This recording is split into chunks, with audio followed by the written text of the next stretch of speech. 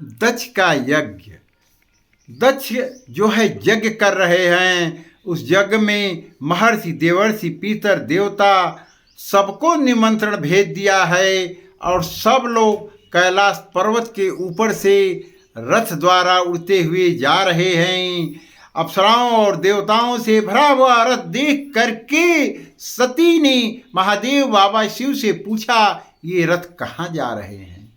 तब बाबा भोले ने कहा कि तुम्हारे पिता जो है यज्ञ कर रहे हैं और उस यज्ञ में ये रथ जा रहे हैं। बाबा तुलसीदास ने लिखा है कि सती बिलोके व्योम विमाना,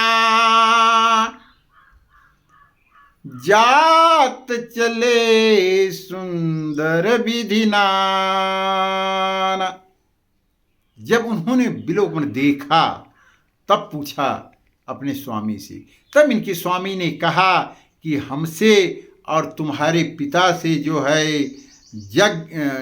बैर है, इसलिए तुम जो है उस यज्ञ में मत जाओ। तो सती ने पूछा कि कौन सा बैर है आपसे और मेरे पिता से? तब महादेव ने कहा कि सुनो, ब्रह्म सभा हम सन दुख माना, तेहि ते अजहु करही अपमान।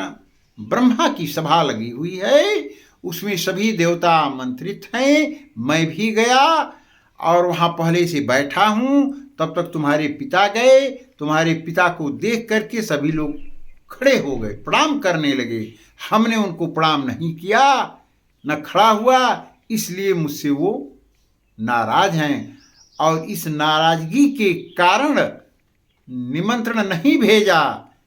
तो तुम कैसे जा सकती हो?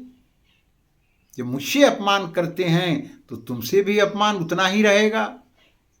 इस बात को सुन करके जो है सती ने कहा, सती से कहा कि सुनो, सत्पुरुष के लक्षण 6 होते हैं। कौन कौन से होते हैं? पहला होता है विद्या, दूसरी होती है तपस्या, तीसरा होता है धन, चौथा होता है सुदृढ़ शरीर और पांचवा होता है युवा अवस्था और छठवां होता है उच्च कुल। परंतु जिसके देह में अभिमान भर गया है, नीच पुरुषों का अवगुण हो गया है, और मैं जानता हूँ ऐसे लोग जो है किसी को जो है अपमान कर देते हैं, उनको जो है सम्मान नहीं देते हैं। तो ऐसी जगहों पर तुम्हें जाने पर सम्मान मिलने वाला नहीं है। तब यह सोच करके सती सोचने लगी कि माता से, बहनों से मैं जाकर मिलूंगी, जग देखूंगी। और यह सोच करके इधर पति का जो है डर है कि नाराज हो जाएंगे, और उधर माता और बहनों का और अपने पिता की जग का प्रेम है, यह सोच करके अकेले ही चल पड़ी। जब सती चल पड़ी तब बाबा भोलेनाथ ने अपने गणों से कहा कि सुनो, सती जा रही है, ये नंदी को लेकर के जाओ और इस पर बैठा लो, बैठा करके तुम लोग भी साथ जग में चले जाओ। इतना सुनते ही शिव के सभी गण जो है नंदी को लेकर के आगे पहुँचे। उस पर कहा कि सती आप बैठ जाइए। उस पर बैठ जाती हैं और सभी गण उसके पीछे पीछे हो करके इनके पिता के यज्ञ में चले जाते हैं। और वहाँ जा करके जो है सती उतर करके माता से मिलती है बड़े प्रेम से। पिता से मिलने के लिए जाए क्या, पिता तो देखते ही क्रोधित हो गए। उनके क्रोध को देख करके वो उनके पास नहीं गई, अपने बहनों से आकर के मिली। सब बड़ी आनंदित हैं और खुशहाली मना रही हैं, यज्ञ हो रहा है। जब यहाँ से सबसे भेंट भाट कर लेती है सती, तब वो चली जाती है यज्ञशाला में। और जब यज्ञशाला में जाती हैं तो क्या देखती हैं कि सभी देवताओं का भाग लगा हुआ है, लेकिन मेरे स्वामी का भाग नहीं लगा है। तब उनके चित्त में चढ़ा, क्या चढ़ा? बाबा ने लिखा कि तब चित चढ़ऊ जो शंकर कहऊ, प्रभु अपमान समुझिउर दहऊ। यद्यपि जगत दारुण दुख नाना, सब ते कठिन जाति अवमान। बाबा महादेव जी भोलेनाथ, इनकी स्वामी ने जो कहा था कि निमंत्रण नहीं आया है, नहीं जाना चाहिए, और ये जबरन आई हैं, इसलिए इनके चित्त में बंधु चढ़ गया कि मेरे पति का अपमान यहाँ हो रहा है। सबका जो है भाग लगा हुआ है, लेकिन मेरे पति का भाग इस जग में नहीं है।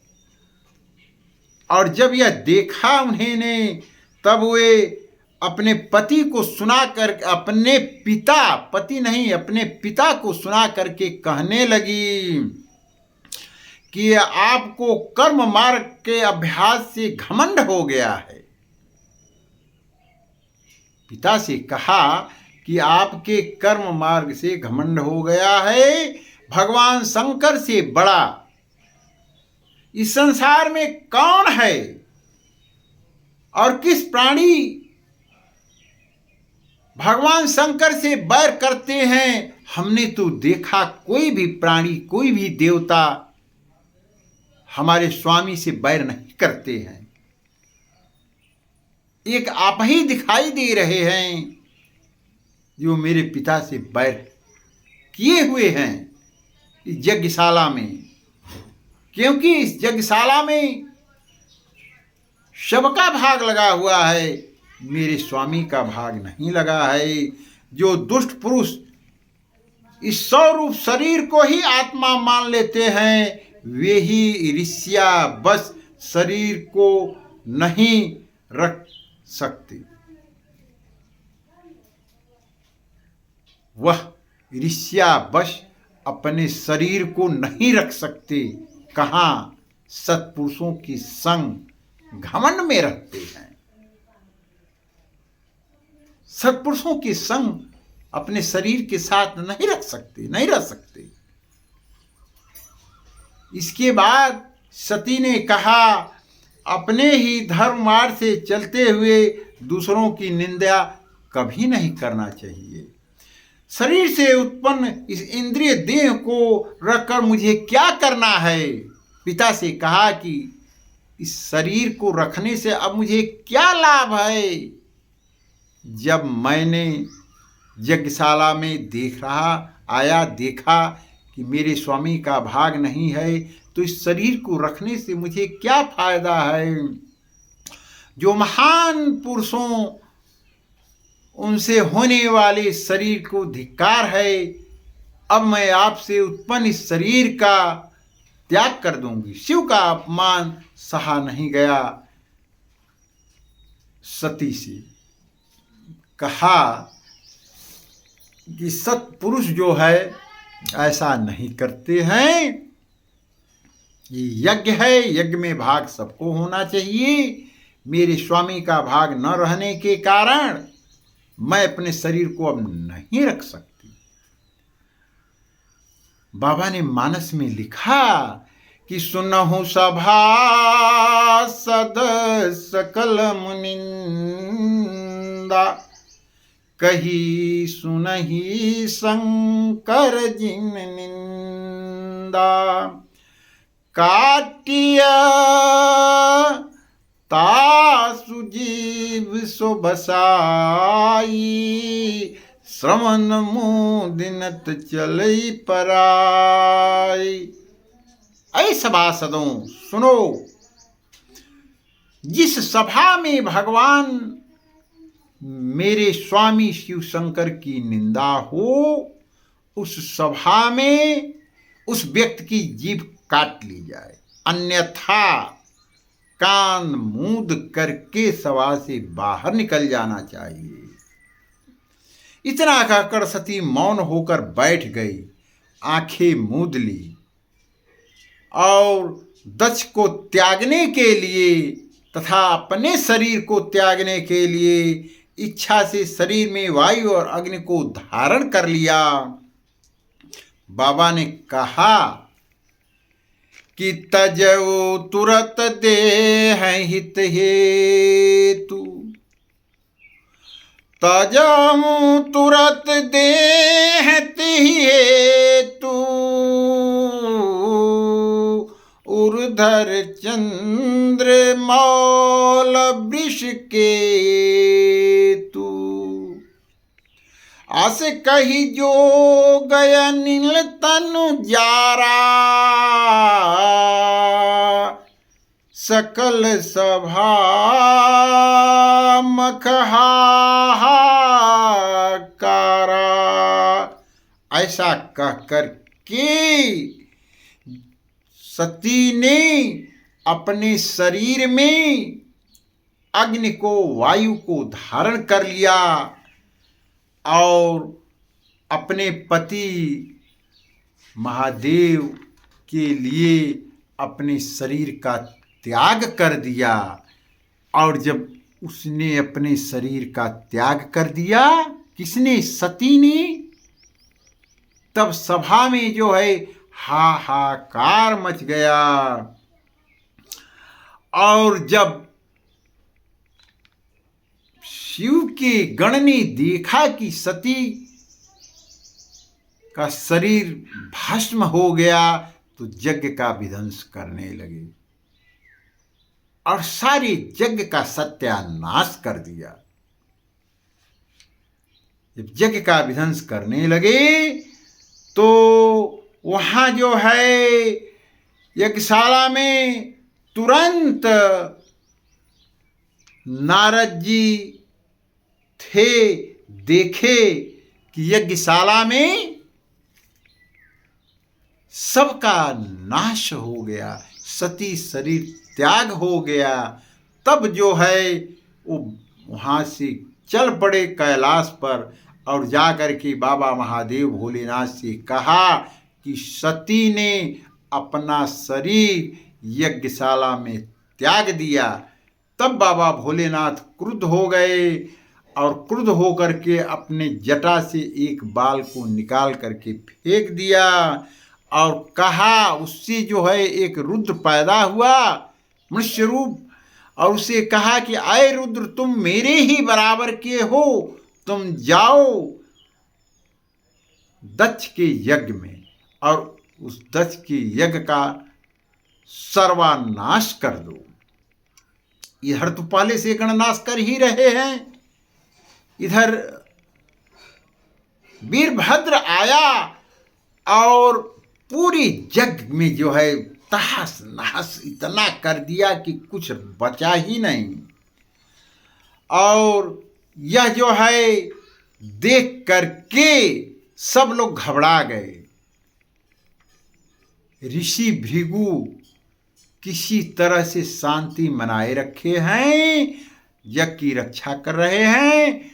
सभी देवता लोग कैलाश पर गए और जाकर के कहे बाबा महादेव से, भोलेनाथ से कि महादेव जी अब शांत हो जाइए, क्योंकि दक्ष के यज्ञ का पूरा विध्वंस हो गया है, कुछ रह ही नहीं गया है। तब उन्होंने अपने वीरभद्र को बुला लिया और यज्ञ की शांति हो गई। तो कहते हैं बाबा तुलसीदास जी कि सती मरन हरिसन बर मांगा, जन्म जन्म शिव पद अनुराग, तेहि कारण हिम गिर जाई, जन्मी पार्वती तनु पाई। सती मरती समय बाबा भोलेनाथ से वरदान मांगा कि बाबा मेरे स्वामी जी, मैं तो मर रही हूं, लेकिन दूसरा जन्म अगर मुझे मिले तो आप मुझे पति रूप में मिलें। ऐसा कह करके सती ने अपना शरीर को अग्नि और वायु को प्रवेश करा करके भस्म किया था। और यही सती जब मर गई तो दूसरे जन्म में हिमाचल के घर पार्वती के नाम से पैदा हुई। तो बंधु, कहने का तात्पर्य ये है, इस कथा से ये रहस्य निकलता है कि जिसके यहाँ निमंत्रण नहीं आता है, न्योता जिसे कहते हैं नहीं आता है, वहाँ उसे नहीं जाना चाहिए। और जहाँ अपने से बड़े लोग मना करते हैं उनका भी अपमान नहीं करना चाहिए। देखा आपने, स्वयं पति होते हुए सती को बाबा भोलेनाथ ने मना किया, नहीं मानी। इसका परिणाम ये हुआ कि उनको अपने शरीर का त्याग करना पड़ा। ठीक उसी तरह से आज भी है बंधु, इस मृतलोक में, इस कलयुग में, जहाँ से निमंत्रण नहीं है वहाँ आप चले जाते हैं, आपका सम्मान नहीं होता है। और जहाँ सम्मान नहीं होता है वहाँ जाना उचित नहीं है। ये पूर्व से बनाया है, कल्प कल्पांतर और युग युगांतर से चला आ रहा है। जहाँ सम्मान हो वहाँ रहना चाहिए, जाना चाहिए। जहाँ सम्मान न हो वहाँ न रहना चाहिए और न जाना चाहिए।